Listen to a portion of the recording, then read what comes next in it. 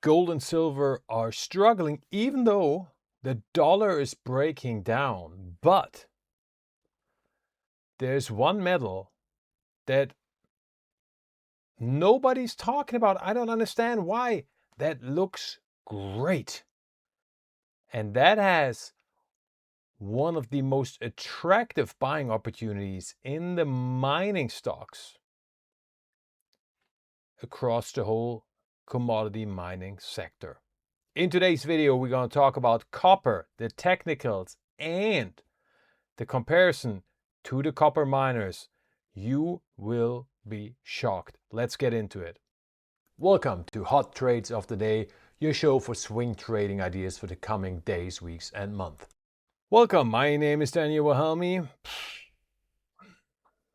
Not the day we want to have, not the week we want to have if we're gold and silver investors. It's one of these weeks where, you know what, the best thing you can do is just take your dog for a long walk and show him or her lots of love. And, even though gold silver markets are not going the way we want them to go, hey, we can at least still, give love to our favorite pets and partners. Maybe not in that order, but you get it. And if you didn't know this, I do love doggies. So silver doesn't look good. Look at the chart. Not only did the breakout from the downtrend fail, that's not great, but so far today in European trading, we're falling below the important horizontal support line of 57.50.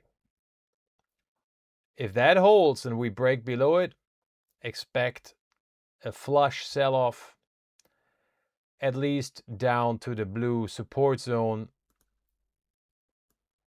around 54. Gold looks a little better, but not much. Gold at least hasn't made a new low. That's interesting. But as you can see, we are just struggling with this 4,070 resistance zone that I drew in. I've said it before, this is a lot more important than most people think. And when I say most people, then at least everybody that I follow, everybody's analysis that I watch or listen to or read, I can read. I know, hard to believe, but yeah. Nobody has this trend line. I don't understand why. It's so obvious that it's very important. So we need to watch again what happens with 4,000. And I do not like this weakness right here. I really don't like this weakness. Especially considering that the dollar did exactly what I was talking about. We broke down. Now, we haven't confirmed the breakdown yet. In my opinion, now only a question of time, but we haven't confirmed it yet. But we broke the uptrend. We got the immediate sell-off afterwards. That should have helped gold, but it really didn't. So something is off in the gold market. Either the gold traders don't believe a breakdown in the dollar and just think, oh, it's a fake out and the dollar is going to go higher, or the gold market is completely wrong, which could very well be the case. And that would mean that once the market realizes, oh, we got the gold trade completely wrong compared to interest rates, compared to the dollar, well, then that would ignite a big gold rally. But we have to wait and see for that one. So because of this, I want to turn your attention to copper, which not enough people are paying attention to. I do not know why. Today, Silver down over 1% in European trading, 1.3% at the moment right now. Gold down 0.6%. Copper up 0.8%. Look how good this copper chart looks, especially compared to gold and silver. I mean, we're only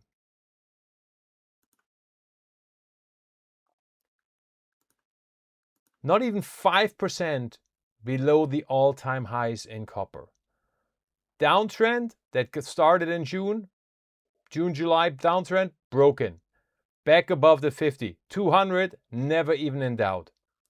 This blue support zone here, which you can see has been very important, held like a champion. You know, held basically like the New York Knicks. A champion. And by the way, I still cannot get over. I was walking through the Work Symposium and Craig came up to me and he's like, "I expected you to wear a Knicks hat." And in my mind I thought, "Oh, he's so right. I can't believe I blew this opportunity." This was my chance to wear a Knicks championship hat around because I doubt they're gonna win one in the next year or 20. Anyway, so enough about the Knicks talk. As you can see, copper looks great. Broke the downtrend, back above the 50. Doesn't get much better than that. Look at the RSI, outstanding. That's what we want to see. Higher lows, higher highs. Everything looks great in copper. You know why. We talked about it in the last high dividend video, hot dividend winners, or video series for high yield dividend stocks. It's because of the supply deficit that cannot be resolved. Oh yes, there's one way how it can be resolved. Through higher prices. And that's exactly what's happening. This is, if you're trading commodities, that's the best looking commodity chart we have right now, clearly, especially in the metals sector. But here's the kicker. Look at this chart from copper, and now look at the chart of the COPX, the Global X Copper Miners ETF. It doesn't look anything like the copper price. While copper is going up, the copper miners are still consolidating or going down. As I just pointed out to you, copper didn't even touch the 200, far away from the 200, above the 50. COPX ETF below the 50, fighting with the 200. This is really interesting. This doesn't make any sense. Oh yes, it makes total sense. Why? Because the market, the equity markets, are selling off the mining stocks. Period. Everything. They're not even looking at the commodity prices. And that, ladies and gentlemen, gives us an excellent opportunity in the copper stocks. Because if copper is looking great and the price action indicates that we're going up, and we're probably going to make a new all-time high and then get more buying in copper,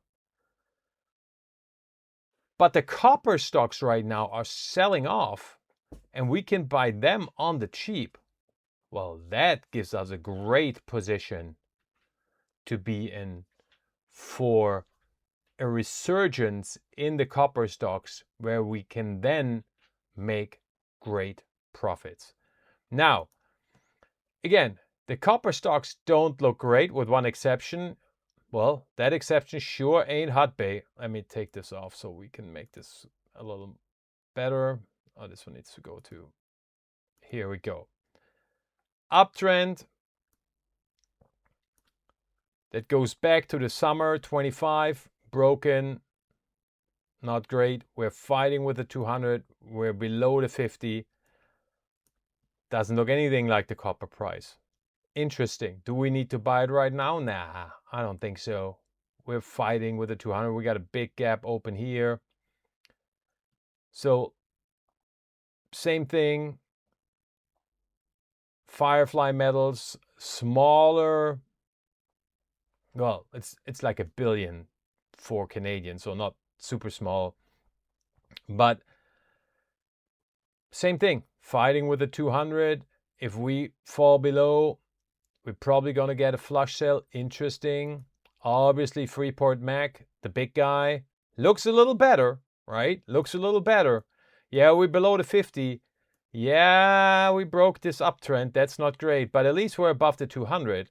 So this one would be, if we get Freeport around like 56.50, right? On the upper end, above the 200, the upper end of the support zone, that is an interesting trade because in the past, bounce, it bounced quite a bit. And again, the underlying copper price is looking great. So the copper producers like Freeport will likely come out with good earnings in the future, especially if the energy costs don't elevate back over $100 an oil barrel. And that's completely not priced in right now, as you can see in the stocks. There's only one stock, copper stock, that looks great, and that's one that you know. It's Amerigo Resources, the stock we talked about in hot dividends winners. Now, I heard some people say, well, did the freaking schnitzel move the share price? I mean, I like to think I'm pretty cool, but I'm not that cool. No, I think what happened here is a combination of buying after the Rick Rule Symposium. That's why you need to be there, right? To figure out, hey, what are the hot stocks? What are the stocks that the people are talking about? Because there are investors there with very deep pockets. And yes, Amerigo is a bigger company in the commodity mining sector, but it's only $1.2 billion Canadian. So that's not impossible to move. And then obviously we had the technical trigger once we hit this, broke out of above this resistance zone. So what do you do if you're not in it? Well, if we get a retest, so anything around 730 Canadian, that should be an entry if you want to trade it and you want to trade the breakout, which I'm not recommending. I'm not your financial advisor. Or you hope for the best and you wait for a fake out and then a sell-off where we would do maybe gap fill, get back to the 50, the purple line here, or even to the uptrend. But I only see the uptrend, I think I said that before, if we get a correction in the overall market. This stock looks great. And you know the reason why. You saw it in hot dividend winners. And if you didn't see that video, please go back and watch it. And remember to subscribe to the channel so you don't miss videos like this. You could have been in the know about this stock last weekend.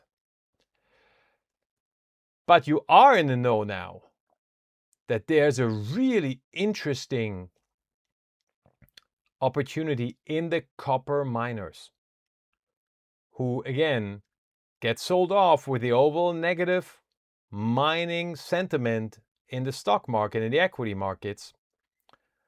But the underlying metal, in contrast to a lot of other metals, right? Like silver, for example, like gold, the metal looks great. So what does that mean? If we go for the producers, they're going to get good earnings coming.